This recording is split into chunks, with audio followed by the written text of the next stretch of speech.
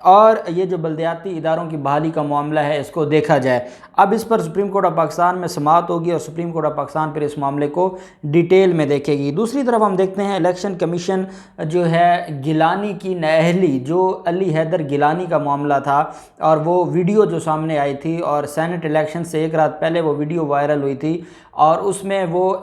Vote ضائع کرنے کا طریقہ کار بتا رہے ہیں، اور اگلے دن صبح سویرے جس دن سینٹ الیکشن ہونا تھا تو فروخ حبیب نے اور پاکستان تحریک انصاف کی قیادت نے نااہلی ڈسکوالیفیکیشن ریفرنس فائل کیا تھا الیکشن کمیشن کے پاس۔ الیکشن کمیشن اس کو پہلے لٹکاتا رہا، اور الیکشن کمیشن کا 3 رکنی بینچ ہے جو ممبر ہیں پنجاب سے الیکشن کمیشن کے، ان کی سربراہی میں یہ جو ہے وہ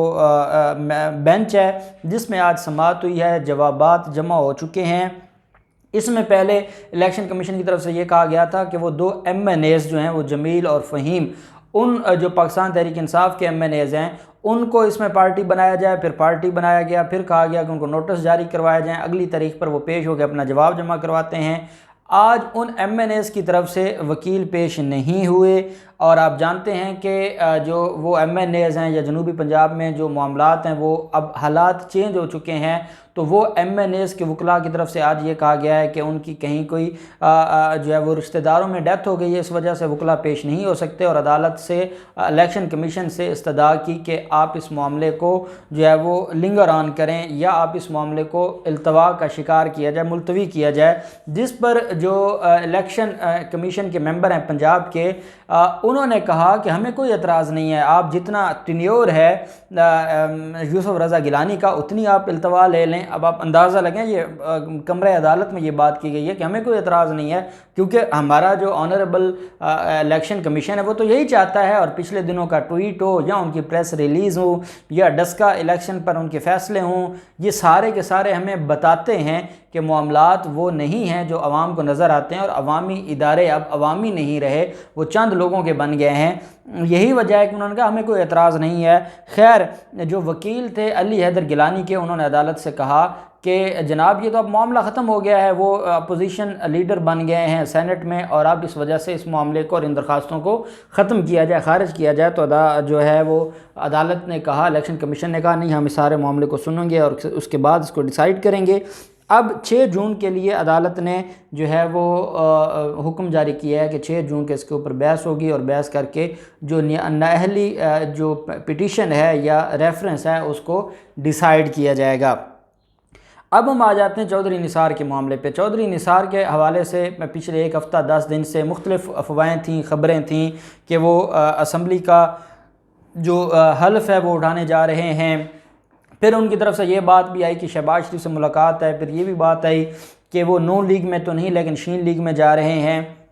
پہلے ان کی طرف سے ان چیزوں کو رد کیا جاتا رہا، اور بالآخر کل ان کی طرف سے ایک پریس ریلیز سامنے آئی کہ میں جاؤں گا حلف لینے کے لیے۔ 2.5 سے 3 سال بعد وہ غیر آئینی اور غیر قانونی کام کرتے ہوئے اور بے شرمی کی حد کرتے ہوئے وہ گھر بیٹھے رہے، اور جس مقصد کے لیے وہ پبلک آفس ہولڈر بنے تھے وہ مقصد پورا نہ کیا، اور انہوں نے اتنا بڑا غیر آئینی کام کیا، لیکن اس پر مجال ہے کہ کوئی تھوڑی سی بھی کوئی شرم اور حیا ہو، وہ بالکل ان کی جو ڈھٹائی تھی وہ نظر آ رہی تھی۔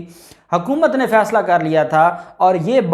کل تو کہہ رہے تھے کہ میں اپنے حلقے کے لوگوں کے لیے جا رہا ہوں، آج خود چودھری نثار نے یہ کہہ دیا ہے کہ جو خود ساختہ آرڈیننس تھا اس کی وجہ سے میں حلف لینے آیا تھا۔ اگر حکومت یہ آرڈیننس نہ لے کے آتی تو انہوں نے 5 سال حلف نہیں لینا تھا، اور 5 سال بغیر حلف لیے اس حلقے کے لوگوں پر عذاب آیا رہتا۔ یہ ہے ان کا اصل چہرہ۔ حکومت نے ان کو ٹف ٹائم دینے کا فیصلہ کیا کہ یہ کوئی تماشا نہیں ہے کہ جس کا جب دل کرے، اور جو ہے وہ اسمبلیاں یا اسپیکر ان کے بندے ہوئے ہیں کہ جب دل کرے وہ آ جائیں مہاراجے اور آ کر وہ کہیں کہ ہم اب 3 سال کے بعد حلف لینے آئے ہیں۔ تو کیونکہ گورنر نہیں ہیں تو ان کی جگہ پر اسپیکر جو ہے وہ قائم مقام گورنر تھے، اور اسپیکر کی جگہ پر ڈپٹی اسپیکر دوست محمد مزاری تھا۔ دوست محمد مزاری آج موجود نہیں تھے، وہ چھٹی پر تھے اپنی ذاتی مصروفیت کی وجہ سے، اور یہ جو اپنے آپ کو آج بھی ایک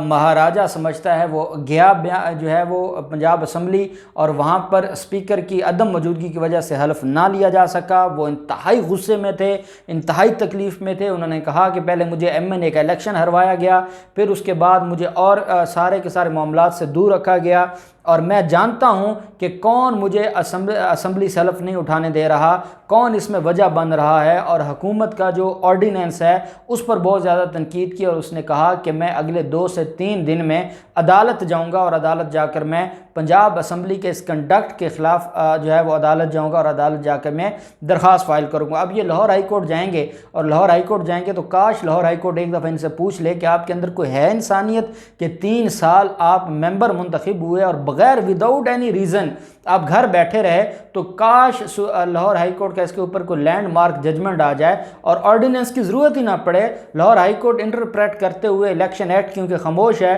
تو اس کی ایکسپلینیشن میں جو ہے وہ کوئی کانسٹیٹیوشنل عدالت فیصلہ جاری کر دے کہ اتنے دن میں اگر وہ حلف نہ لیں تو وہ ڈسکوالیفائی ہو جائیں گے اور وہ ڈی سیٹ ہو جائیں گے اور دوبارہ وہاں پر ضمنی الیکشن ہوگا۔ خیر معاملہ انتہائی جو ہے وہ دلچسپ ہو گیا ہے، اور چودھری نثار کو بڑی، میں سمجھتا ہوں کہ آج جتنی تذلیل ہوئی ہے اور 3 سال کا جو اس نے تذلیل اپنے حلقے کے لوگوں کی آج ایک دن میں پنجاب حکومت نے ان کے حلقے کے لوگوں کا حساب لے لیا ہے ان سے، اور وہ بڑے غصے میں اور بڑی تکلیف میں گئے ہیں۔ اب دیکھتے ہیں وہ کون سی درخواست فائل کرتے ہیں، کس فورم پر درخواست فائل کرتے ہیں۔ ان سارے معاملات میں جو بھی ڈیٹیلز ہوں گی ہم آپ کے ساتھ شیئر کرتے رہیں گے۔ اللہ پاک پاکستان کا حامی و ناصر ہو۔ بہت شکریہ۔ اللہ حافظ۔ پاکستان زندہ باد۔